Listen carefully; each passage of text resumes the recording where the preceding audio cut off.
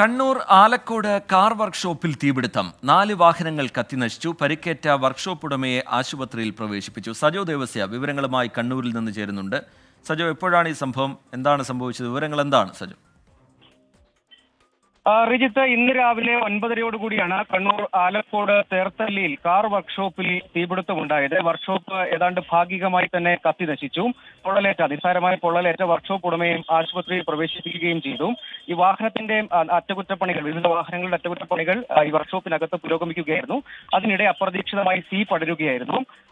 പുറത്ത് നിർത്തിയിട്ടിരുന്ന 3 കാറുകൾ പൂർണ്ണമായും കത്തി നശിച്ചു. മറ്റൊരു വാഹനം റിപ്പയർ ചെയ്യുന്നതിനിടെ ഷോർട്ട് സർക്യൂട്ട് ഉണ്ടായതായിരിക്കാം. അത് ഈ വാഹനങ്ങളിലൊക്കെ പെട്രോളും മറ്റും ഉണ്ടായിരിക്കും. അങ്ങനെയാണ് തീ പടർന്നത് എന്നാണ് നമ്മൾ മനസ്സിലാക്കുന്നത്. 3 വാഹനങ്ങൾ പൂർണ്ണമായും, മറ്റൊരു വാഹനം ഭാഗികമായും, അങ്ങനെ 4 വാഹനങ്ങൾ കത്തി നശിച്ചു. പിന്നീട് നാട്ടുകാരൊക്കെ ചേർന്ന് ആദ്യഘട്ടത്തിൽ തീയണയ്ക്കാൻ ശ്രമിച്ചത്. പിന്നീട് പെരിങ്ങോത്ത് നിന്നും തളിപ്പറമ്പിൽ നിന്നും 3 അഗ്നിശമന സേനാ യൂണിറ്റുകൾ എത്തിയാണ് തീ നിയന്ത്രണ വിധേയമാക്കിയത്. തീപിടുത്തം ഉണ്ടാകുമ്പോൾ ഈ ഉടമ ഈ കെട്ടിടത്തിനകത്തുണ്ടായിരുന്നു, വർക്ക്ഷോപ്പ് കെട്ടിടത്തിനകത്തുണ്ടായിരുന്നു. പിന്നീട് ഓടി പുറത്തേക്ക് മാറുകയായിരുന്നു. അദ്ദേഹത്തിന്റെ പൊള്ളൽ ഗുരുതരമല്ല, പക്ഷേ കൈക്ക് പൊള്ളലിട്ടുണ്ട്. ജിജി എന്ന ഈ വർക്ക്ഷോപ്പ് ഉടമയും സമീപത്തെ ആശുപത്രിയിൽ, ആലക്കോട്ടെ തന്നെയുള്ള ആശുപത്രിയിൽ പ്രവേശിപ്പിക്കുകയും ചെയ്തിട്ടുണ്ട്.